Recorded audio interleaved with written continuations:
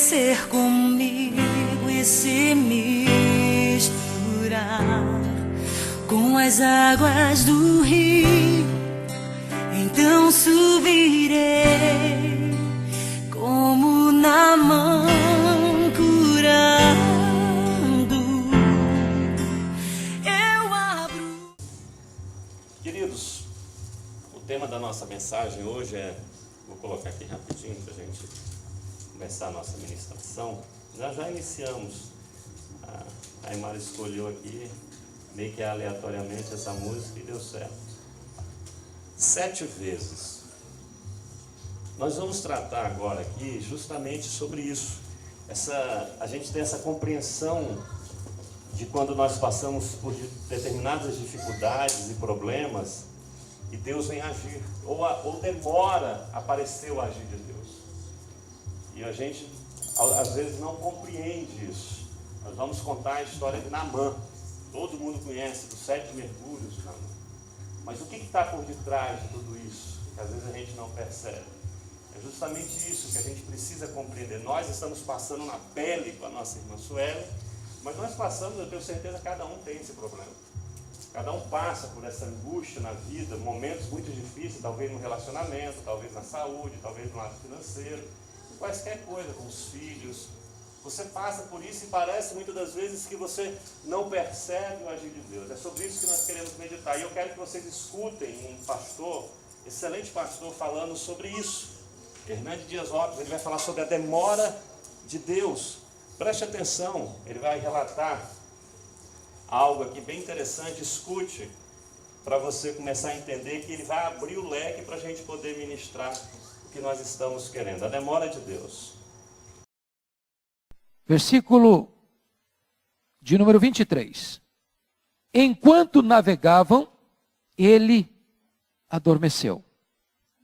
E sobreveio uma tempestade de vento no lago, correndo eles o perigo de sossobrar. Eu pergunto a vocês, Jesus adormeceu antes da tempestade, durante a tempestade ou depois da tempestade?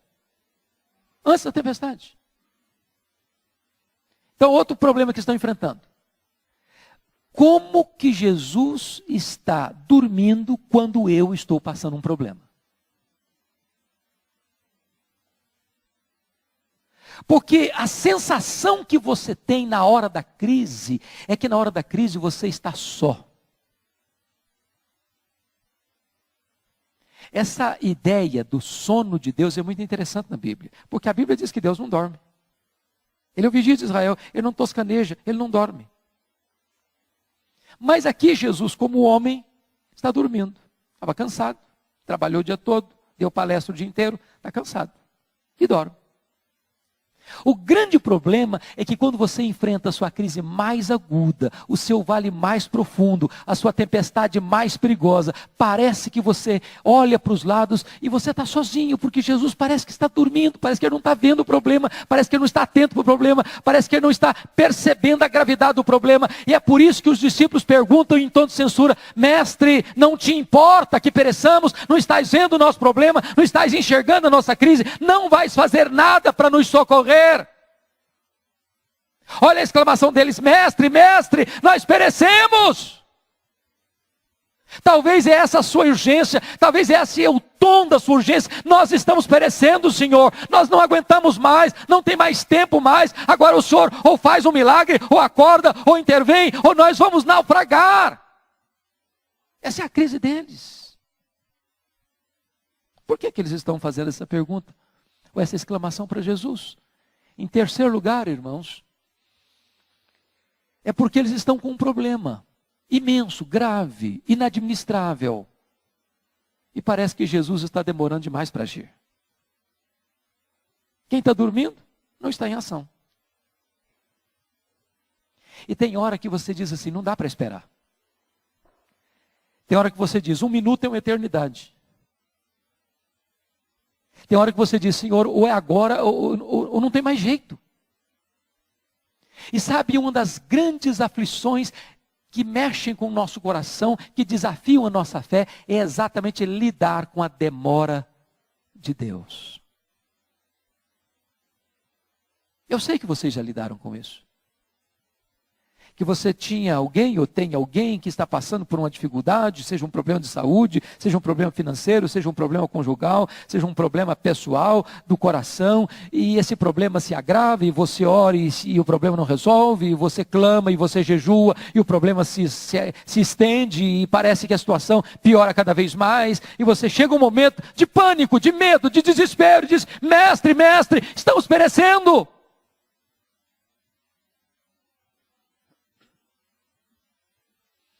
Pense comigo na história da Marta, quando ela manda aquele emissário dar um recado para Jesus. Eu acho lindo a atitude de Marta. Porque ela só diz assim: vai lá e dá o seguinte recado para Jesus: está enfermo aquele a quem tu amas. Ela poderia ter dado um outro recado.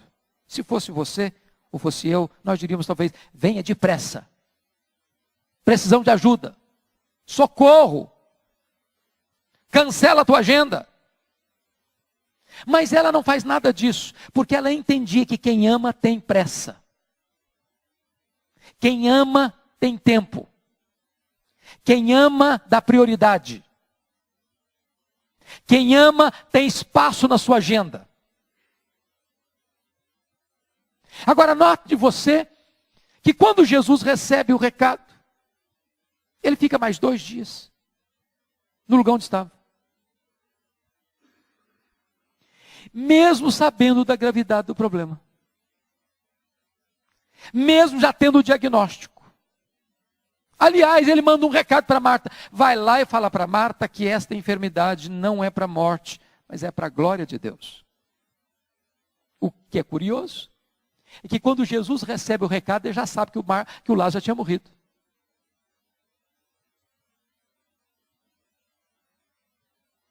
Por que você sabe disso? Exatamente porque Jesus nota que o homem gastou um dia para ir até o encontro dele, um dia, ele fica mais 2 dias, 3 dias, no 4º dia ele vai, o Lázaro já está morto e sepultado há 4 dias.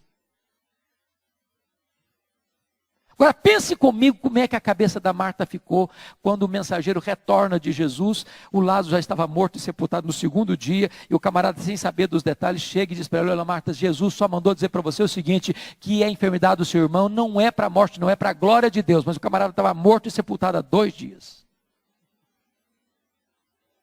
Na mente da Marta, Jesus já tinha furado com ela.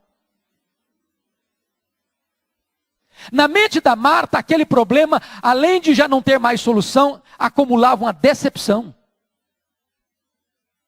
Aliás, os judeus que visitavam Marta fizeram questão de pontuar isso. Por que que ele, lá de longe, não evitou que esse rapaz morresse? Por que que ele não curou esse rapaz à distância, como curou outros doentes? Por quê? Essa é a sua pergunta. Você ora e vê um irmão sendo curado, seu vizinho, ou membro da igreja, da mesma classe escola dominical, do mesmo coral, da mesma igreja, e de repente você ora, e ora, e ora, e ora, e ora, e o seu irmão, ou o seu pai, ou o seu tio, ou a sua mãe, Deus leva. Você diz: meu Deus, por quê? Por quê?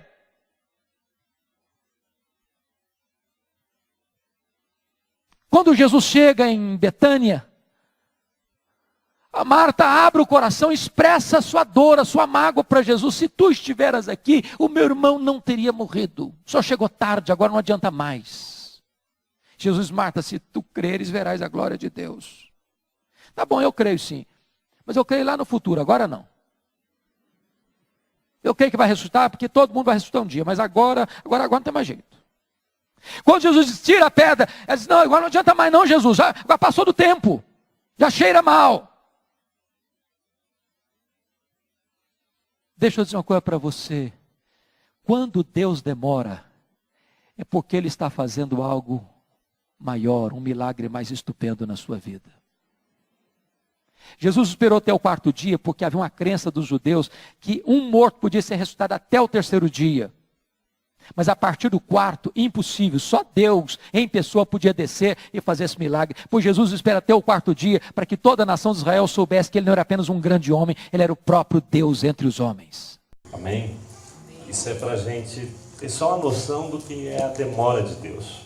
E o que isso significa. Eu tenho certeza que muitos de nós nos identificamos com esse relato dele, de coisas que a gente passa, e nós estamos inclusive passando com a nossa irmã, né? Então a gente pode questionar muitas das vezes isso. Então é sobre isso, sobre esse intervalo do sim ou do não, que a gente pode ficar questionando. Se Jesus vai chegar, por que não chega? Que demora é essa? Por que não acontece? Então, para a gente entender isso, nós vamos meditar na história de Naamã. Muitos conhecem essa história, 2 Reis 5 conta essa história, todos praticamente conhecem. Vai contar desse general que era conhecido de Deus, que Deus inclusive deu a vitória àquela nação por conta dele. E aí ele tem a lepra, uma doença terrível, e uma moça fala que o Deus dela pode curar, e ele procura o profeta, e o profeta vai indagar e falar algo para ele. E o profeta diz assim: vai, lava-te 7 vezes no Jordão, e a tua carne será restaurada, e ficarás limpo. E ele vai indagar. Jordão é um rio imundo, sujo, e ele fala: mas eu tenho um rio mais bonito na minha região, por que eu não posso lá? E ele fica retrucando, porque ele vai ter que mostrar suas feridas, ele vai ter que quebrar a sua intrepidez, e ele vai mexer com ele, com o ego dele, com a vaidade dele. Mas ele diz, o texto sagrado, lá no versículo 14, diz que assim ele desceu ao Jordão, mergulhou 7 vezes, conforme a ordem do homem de Deus, Eliseu, e foi purificado, sua pele tornou-se como de uma criança. Então ele acaba descendo as águas, 7 vezes faz o mergulho, e ele sai que nem uma criança, não tem mais a doença. Então é um texto que todos conhecem, eu já preguei inúmeras vezes, e esses dias eu escutando uma música, veio de novo e Deus falou diferente, falou de algo diferente. E é sobre isso que eu quero falar. Primeiro, a doença que ele tinha. Que doença? Ele tinha uma doença. Ele era um homem bom, um homem que inclusive Deus abençoava o seu exército por conta dele, mas ele tinha uma doença. E qual era a doença que Naamã tinha? A lepra, uma doença terrível. Inclusive eu ia até mostrar umas imagens, mas eu falei: não, é muito pesado, eu não vou mostrar. Era algo, naquela época, muito pior do que hoje, é degenerativa, recai os dedos, é algo, as feridas abertas, era terrível. Ele tinha essa doença, era algo assim impressionante, essa doença que Naamã tinha, era essa doença que apresentava ele. E aí eu pergunto a nós, porque nós vamos ter esse texto para aplicar a nós a respeito dessa questão da demora de Deus. E nós temos doenças, nós somos doentes, com certeza somos todos doentes. Talvez você não saiba, talvez você não percebeu ainda, você não tem o entendimento, mas você é doente.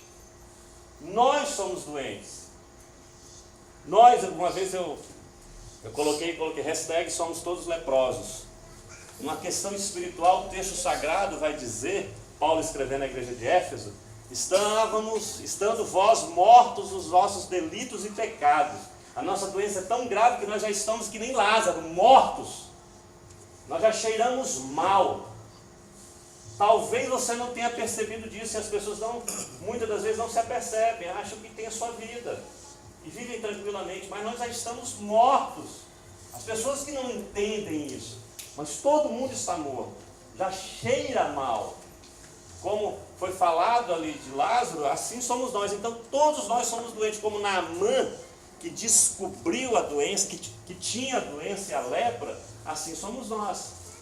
Nós precisamos ter o entendimento e a compreensão dessa doença, que nós temos isso. E aí o que nos faz aparecer essa doença? É os problemas crônicos da vida. Os problemas crônicos que nós temos, que se apresentam na vida da gente, escancaram essas nossas feridas.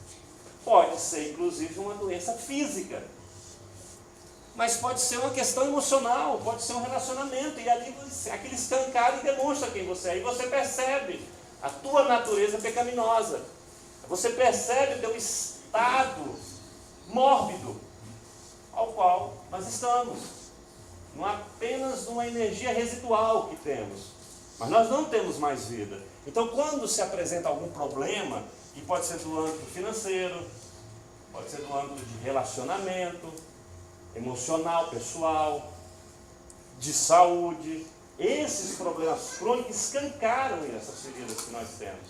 E aí o que acontece? Fragilizado nós nos apresentamos, nós ouvimos falar de Deus, sabe? Aí as pessoas correm atrás. Aí nós ouvimos. Olha o cego Bartimeu, ouviu falar de Jesus, ele prestou atenção, por quê? Porque ele era cego. Então ele dá uma atenção àquilo. O rico, que tinha Lázaro à porta, ele nunca deu atenção a palavra nenhuma. Por quê? Porque ele tinha tudo nas suas portas. Por isso que é um perigo. Ele nunca precisou. O texto sagrado nunca disse que ele ouviu falar, que ele escutou. Não, por quê? Por quê? Mas quando os problemas crônicos se apresentam na nossa vida, isso se escancara e nós começamos a ouvir, a entender, a escutar o quê? As promessas de Deus para a nossa vida. Nos é apresentada a palavra de Deus. Hoje as igrejas estão cheias, por quê? Porque igreja se diz que é hospital. É hospital do Senhor, é hospital de gente. Então você está com problema, e você, aquela mulher do fluxo de sangue, gastou tudo que tinha, procurou em todos os lugares, e de repente sobrou o quê? A igreja. E ela foi até Jesus. E assim é conosco.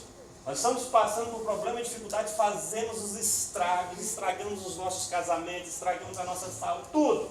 Aí quando não tem mais nada, aí nós vamos procurar o lugar certo. Aí você ouve, você procura uma igreja, você ouve o Evangelho, você aceita Jesus Cristo. Geralmente nós somos levados, tem um ditado popular que diz que a maioria das pessoas não vai por amor, vai pela dor. E geralmente é assim. Infelizmente funciona assim. Quando você está vivendo a tua vida regaladamente, você está tranquilo, ó, deixa acontecer alguma coisa.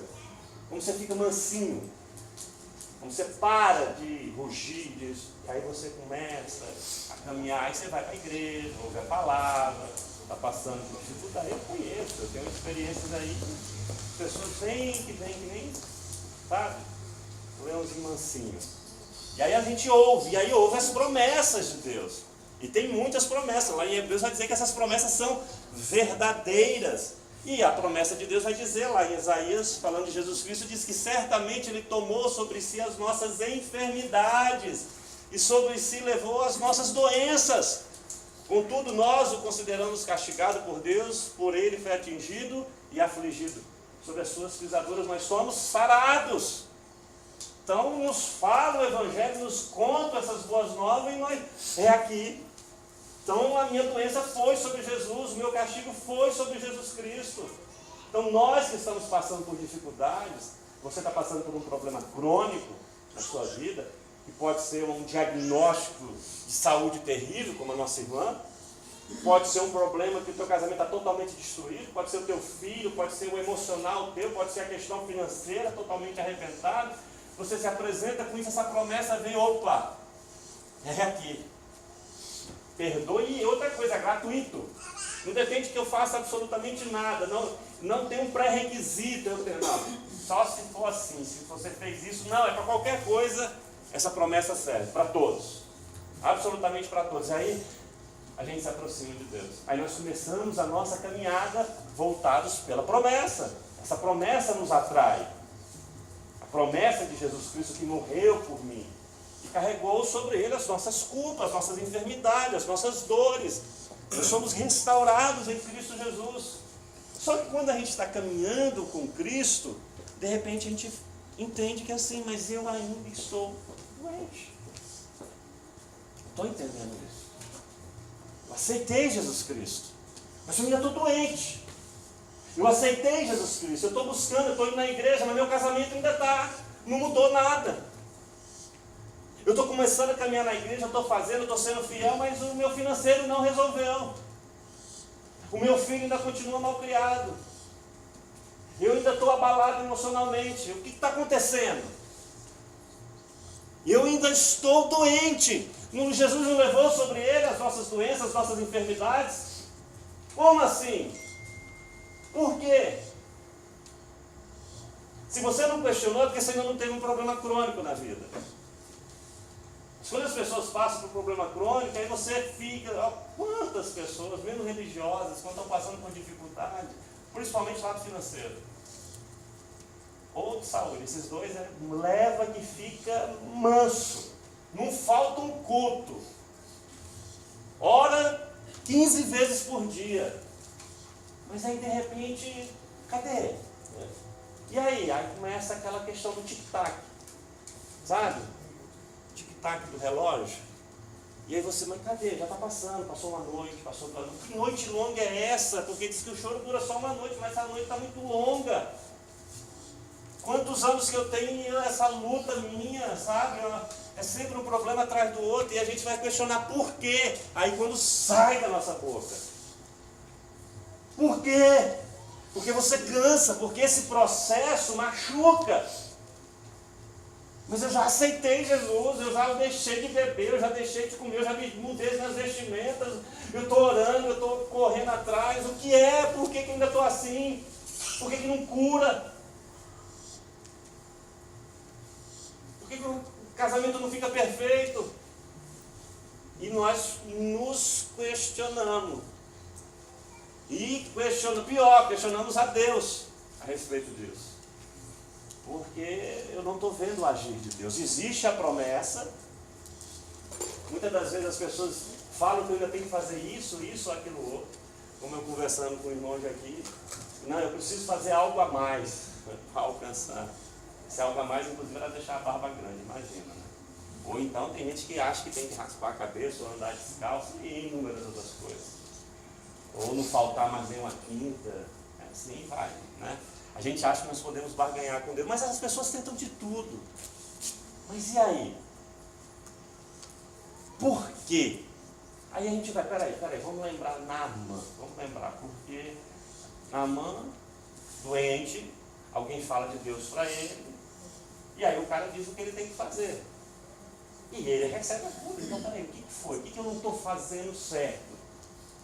Que deu certo com Naamã. O curado, não teve mais lepra. Deu certo, tem outras pessoas que deu certo. Então o que é? Então vamos entender a história da Naamã. Vamos ler de novo. Assim ele desceu ao Jordão, mergulhou 7 vezes, conforme a ordem do homem de Deus, e foi purificado. Sua pele tornou-se como uma de uma criança, vizinha. Espera aí, então o texto está dizendo que ele desceu 7 vezes. Ó, tem um detalhe: 7 vezes. E que vem 7 vezes seguidas na quinta do irmão. Tem que dar durante o mês 7 vezes o valor do seu dízimo. E aí tem gente que faz um monte de coisa assim.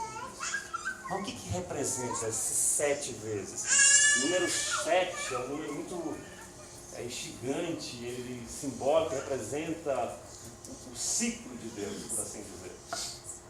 Representa, é algo muito forte esse número, a Bíblia Sagrada. Indica sempre, interessante que o número que mostra da besta é aquele que tenta se aproximar, é o 6. Tenta ser parecido, mas não é. E esse número é interessante. Mas o que isso quer dizer? O que significa isso? O que aconteceu? Tem um processo nosso, nós não conhecemos a Jesus Cristo e nós vamos caminhando com Jesus. E a palavra de Deus diz que nessa minha caminhada eu não tenho que desviar nem para a esquerda, nem para a direita. Eu tenho que ficar firme. Se eu estiver firme, eu não vou ser atingido. Eu tenho que caminhar. É estreito, é apertado, tem aflições.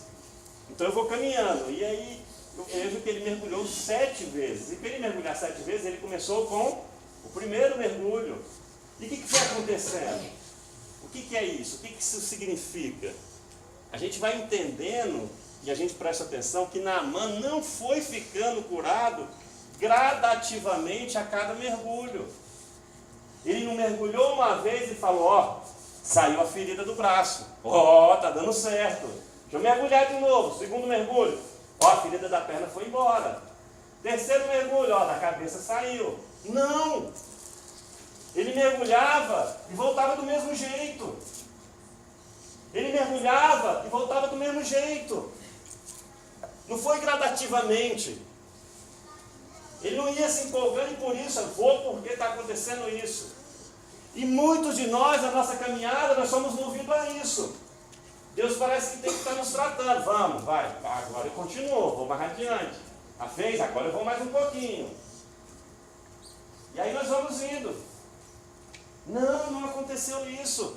Ele não foi curado gradativamente a cada mergulho, não. Naamã não aconteceu isso com ele. O texto sagrado disse que ele foi curado depois que ele mergulhou 7 vezes. 7 vezes. Ele teve que mergulhar 7 vezes. Depois que ele mergulhou a última vez, ele estava com um bebê. Curado. Curado. Ele foi curado. A muralha de Jericó não foi caindo aos pouquinhos a cada volta que o exército dava em volta da muralha. Não. Quando a 7ª foi tocada, a trombeta, caiu no chão. Não foi assim. Quando Deus pede a Abraão, seu filho, no meio da caminhada, Deus não vai mostrando para ele o cordeiro. Não, ele vai e mora. No momento final aparece o cordeiro. Não, nós somos acostumados e nós queremos isso. Nós queremos ser bajulados por Deus. Esse hino que a gente cantou, muitas vezes a gente canta ele com muita hipocrisia. Porque será que se a porta estiver fechada, você vai achar que Deus é Deus? Você vai ser fiel? Se a doença não for curada, você vai fazer como Jó glorificado. Deus não vai fazer que nem a mulher dele. Amaldiçoa teu Deus e morre. Como que é o nosso posicionamento em relação a Deus, em relação a isso? Como que nós agimos? Porque ele mergulhou 7 vezes. Foi depois do 7º mergulho que ele foi curado. Foi no tempo de Deus. E aí que é a questão. O tempo de Deus. É essa que a gente não entende. Nós queremos no nosso tempo. No nosso momento, que eu quero que a dor acabe agora. E nós não temos essa noção, esse entendimento do tempo de Deus. E Naamã foi curado no tempo de Deus. O 7 representa essa perfeição, o tempo oportuno de Deus, o kairos. E é isso que muitas das vezes a gente não compreende. A gente quer cronologicamente, a gente quer demarcar. Quer começar agora e ser tratado e curar aqui.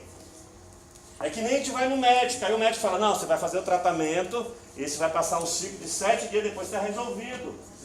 Você vai fazer isso com tanto tempo ser resolvido. A gente quer o cronológico, cronos, o nosso tempo. Mas não funciona assim. Funciona no kairos. Funciona no tempo de Deus. No eterno. Não é aqui. Nós queremos a nossa resposta aqui, mas a resposta está lá. A 7ª vez, o 7º mergulho, é o tempo de Deus na vida de Naamã. Ele precisou compreender isso. Nós precisamos compreender isso. Nós não devemos questionar a Deus. Por que não está acontecendo isso? Por que a minha vida é tão difícil? Por que isso? Por que aquilo? E aí você muda de igreja. Aí você muda inclusive de atos religiosos. É porque eu não estou fazendo aquilo. Não, o pastor permite tanta coisa. Eu acho que é porque eu faço isso, porque eu como aquilo, porque eu visito tal lugar. Então o que é? E aí nós vamos buscando inclusive bruxarias evangélicas. Feitiços evangélicos. Mas a gente não compreende o tempo de Deus. A gente entende que o silêncio que os nossos ouvidos é porque a gente acha que Deus tem que trabalhar fazendo barulho. Aí a gente não entende que Deus está trabalhando. Porque nós estamos olhando o nosso cronológico. Porque talvez a gente ainda não nasceu de novo. Porque quando a gente nasce de novo, nós já não somos mais cronológicos, nós somos eternos. Nosso tempo já é kairos. Porque a morte já não tem mais... É só um período que nós vamos passar. Então, nós não temos que questionar Deus. Nós temos que fazer o quê? Nós temos que mergulhar, e mergulhar, e mergulhar, e mergulhar, e mergulhar, e mergulhar. Nós temos que mergulhar. Essa é a nossa função. Na nossa caminhada, o papel de Naamã era fazer o quê? Mergulhar. Ele não tinha que mergulhar e olhar e questionar por nada, não. Qual foi a ordem? Essa. Então é essa a ordem que eu vou dar. Jesus Cristo tem uma ordem para você. Aquele que quer vir após mim, negue-se a si mesmo e tome o quê? Sua cruz. Siga-me. Ele não deu vida boa para ninguém, não. É mentiroso quem está falando o contrário. Toma a sua cruz e siga-me. Siga Jesus Cristo, siga Jesus Cristo. Está doendo, ele falou, você não está resistindo nem até o sangue.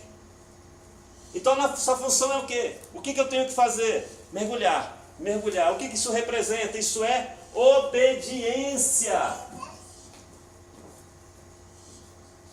Obediência à palavra. Não é questionar a palavra. Não é procurar brechas na palavra. É obedecer. O mergulhar que Naamã fez era apenas obedecer na palavra que foi dada. Pedro lança as redes. Ele não questionou. Ele lançou. Senhor, eu conheço, mas tu não está falando? Vou lançar. Vou lançar, tu não disse. Na minha pensamento não vai dar certo. Eu vou lançar. Mergulhar, mergulhar, mergulhar, sem questionar, é obediência. Tempo de Deus. Eu não tenho que questionar, é no tempo.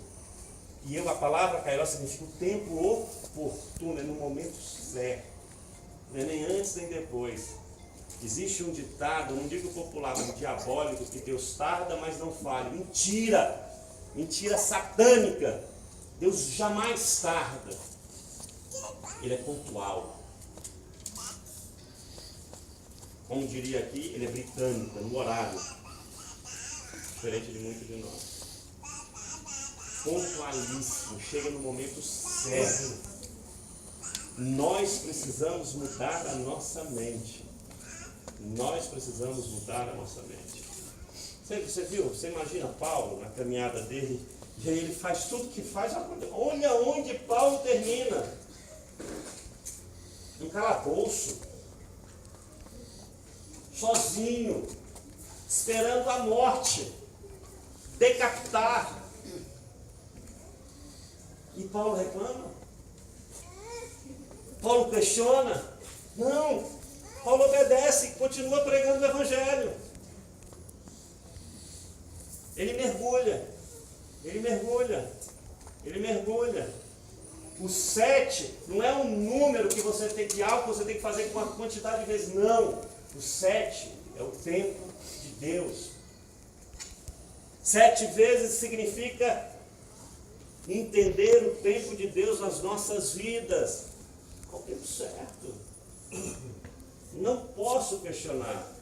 Mergulhar, mergulhar, mergulhar, mergulhar é obediência, é fé. É fé, queridos. O que você acha que fé é? Oh, Senhor, me dá aquela casa nova, a casa vem. Não, eu tive fé. Que fé, querido? Fé é mergulhar. Mergulhar. É obedecer. É todo aquele que crê. Que obedece, porque Jesus chamou. Porque Jesus chamou. Vamos. Ele vai, é para dentro de uma fornalha, vamos embora. É para dentro de uma cova cheia de lã, vamos embora. É para enfrentar um gigante, vamos. É para cima do mar, vamos. Fé. Você quer fé o quê? Uma coisa que seja coerente ao teu entendimento? Então a palavra de Deus diz: não separa o homem que Deus uniu. O homem separa, está faltando o quê? Fé. Deus está falando assim: não acumulei, mas abençoa os pobres. Você tem medo de abençoar os pobres, porque você tem medo de faltar para você, está faltando fé. Você não obedece. Você não quer mergulhar. Você vai indagar como Naamã questionou. A partir do momento que ele entendeu e compreendeu o que devia fazer, ele foi curado. E interessante é o que o soldado fala para ele, pai, chama ele de pai, fala: peraí, deixa eu te falar uma coisa. Se ele te pedisse uma coisa grandiosa, tu não iria fazer? Então mergulha, tu vai perder o quê? Interessante essa questão, porque Deus fala para nós, a nossa vida, nós estamos mortos. Se Deus está falando que tem vida para nós, se nós chegarmos lá e não tiver vida, nós perdemos o quê? Nada! Porque nós já estamos mortos. Mas se chegar lá e tiver vida, nós vamos ter o quê? Tudo! Tudo. É a melhor aposta que tem em Deus, querido. Você não perde nunca. Nunca. Mergulhar 7 vezes é ter fé. é ter obediência, é entender o tempo de Deus nas nossas vidas. Cada um de nós passa por isso. Cada um. Cada um. Comecei a passar por um determinado deserto e eu ficava entendendo e medindo. Não, isso vai demorar tanto tempo. Que tolice. Que tolice é minha. Não. É o tempo de Deus e Deus está trabalhando. Eu não tenho que questionar, eu tenho que só obedecer, eu tenho que parar de olhar para as feridas. A palavra de Deus diz que na nossa caminhada eu tenho que olhar para quem? Para Ele, autor e consumador da nossa fé. Não olhe para a circunstância, não olhe para o teu problema. Obedeça. Tenha fé. Tenha fé. Que aí no tempo de Deus, a tua lepra vai ser curada. No tempo de Deus, o milagre vai acontecer na sua vida. Como Naamã. Como Naamã. 7 vezes. Aplique isso na sua vida. Que nós possamos aplicar. No tempo de Deus vai acontecer. Eu sei que esse processo é difícil. Não é fácil você mergulhar uma vez e você olhar. Lepra, como eu falo, era algo terrível. Não é fácil, a gente está ali, você está definhando, você está passando por aquela dificuldade, o teu problema. E pior ainda quando é com alguém mais querido teu. Um filho, um pai.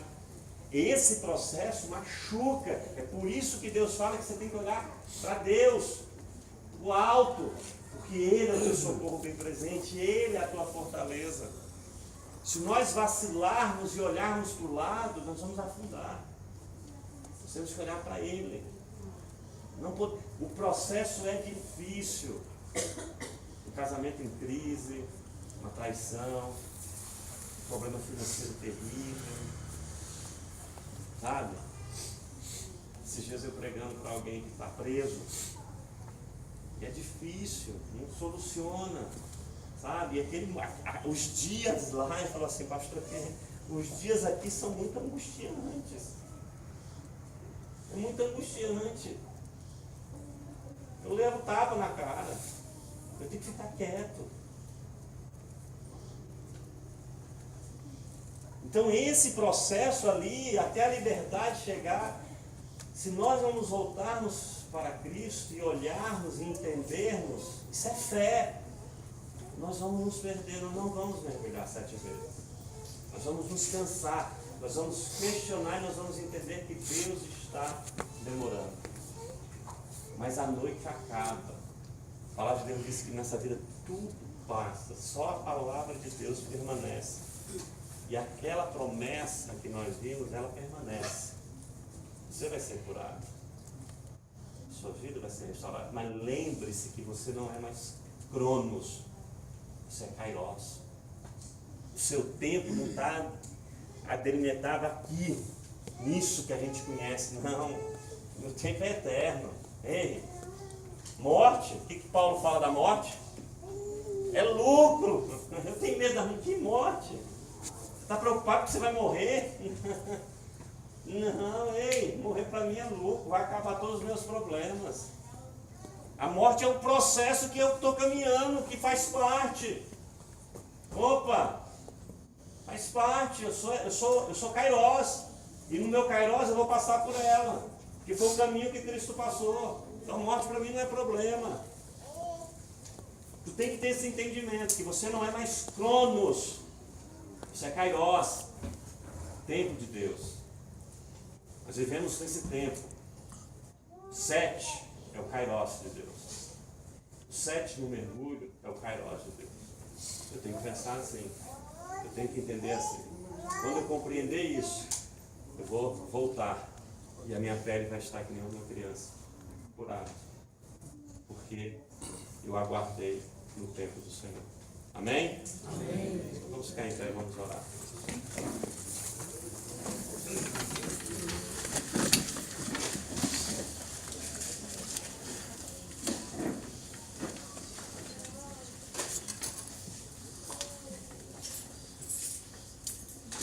Nesse processo, dói, em lágrimas, em choro.